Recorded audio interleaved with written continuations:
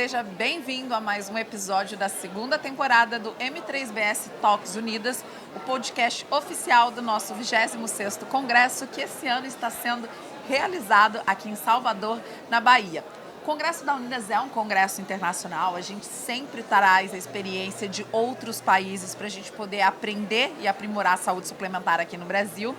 E eu agora vou conversar com a Cláudia Rebelo, que é a head comercial da CUF, que pela segunda vez está com a gente aqui compartilhando um pouco da experiência de Portugal para a gente tentar aplicar aqui no Brasil. E eu queria, Cláudia, primeiro agradecer pelo seu tempo e eu queria que você contasse um pouco sobre os desafios para a gente mudar os modelos de remuneração. Eu lembro que você, num outro evento nosso, falou bastante sobre a experiência que vocês têm em Portugal. E aqui, por mais que a gente discuta, a gente ainda tem muita... A gente não consegue fugir, no final das contas, do Fee for Service, né? Então, se você puder compartilhar um pouquinho da sua visão, eu te agradeço. Obrigada. Eu que agradeço o vosso convite. É um gosto estar com vocês. Sobre modelos de financiamento, o que é que eu posso dizer que tenho notado nessas várias vindas aqui ao Brasil? De fato, fala-se mais do que se faz. Eu tenho que confessar isso.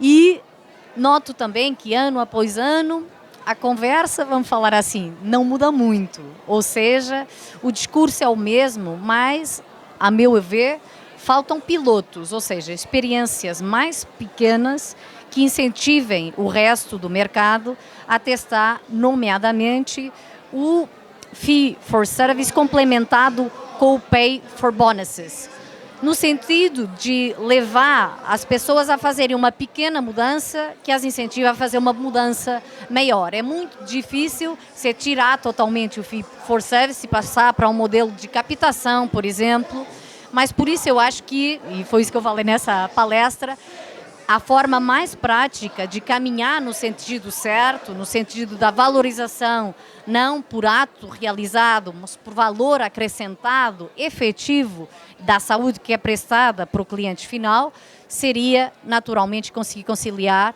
o modelo de VBH, ou seja, pagar por qualidade prestada em saúde e acumular isso com a base que já hoje existe, que é o Fee for Service. E uma pergunta, né? A gente discute muito como tornar a conta da saúde sustentável e a gente sabe que essa não é uma questão isolada do Brasil. O custo de saúde é um desafio mundial. Como é que vocês tratam, como é que isso tem sido tratado em Portugal e o que você vê de diferença para a nossa realidade aqui no Brasil? Eu acho que o Brasil tem uma grande oportunidade. Vocês agora têm 10% de população acima de 60 anos. Em 2050, de acordo com o relatório de saúde da Deloitte para 2023, vocês terão cerca de 29,5% de pessoas com mais de 60 anos. Por que isso é uma oportunidade? Porque vocês podem olhar para vários exemplos europeus e perceber quais foram os erros e tentar emendar a mão, como a gente fala, no sentido de corrigir um pouco melhor as lógicas, desde logo, na saúde suplementar, da mutualidade.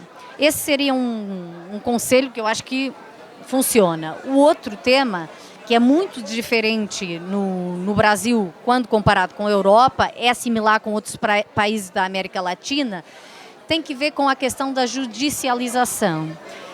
É um tema bem particular que põe em causa a questão da equidade, porque você tem que ministrar saúde não para um indivíduo, mas para um coletivo de indivíduos. Esse é o princípio da mutualidade. Quando se judicializa, você acaba passando o ônus e a responsabilidade para uma pessoa que, não sendo técnico dos temas de saúde... Magistrado. Claro. Naturalmente pode estar suportado por um parceiro médico, mas o que a prática nos demonstra, a evidência diz que 90% e muitos por cento a decisão é efetivamente favorável. E eu acho que esse é um tema central, porque imagina, se facultar tratamento por via de CAR-T cells para 6 beneficiários de uma autogestão, você quebra a autogestão. Isso não pode acontecer. Então eu acho que essa desfragmentação que existe no sistema brasileiro me parece que é um tema que tem que ser, francamente, resolvido para não criar tanta inequidade. Depois, claro, o segundo ou terceiro conselho seria a questão da literacia em saúde e o quarto, a criação de uma rede nacional de dados de saúde. Eu sei que tem alguns projetos já Nesse aspecto. nesse âmbito. A primeira da literacia está conectada com a segunda, por quê? Imagina que você tem uma pessoa com 13 anos que é obeso. Se ela for, como vocês dizem, de baixa renda, provavelmente ela não terá literacia suficiente para perceber que tem já um problema que deveria estar aplacando. Se tiver uma rede nacional de dados que conecta todas as pessoas, hoje em dia todo mundo está conectado, você pode tentar atingir, tentar chegar para essas pessoas, trabalhando naquilo que seria uma espécie de atenção primária. Sim.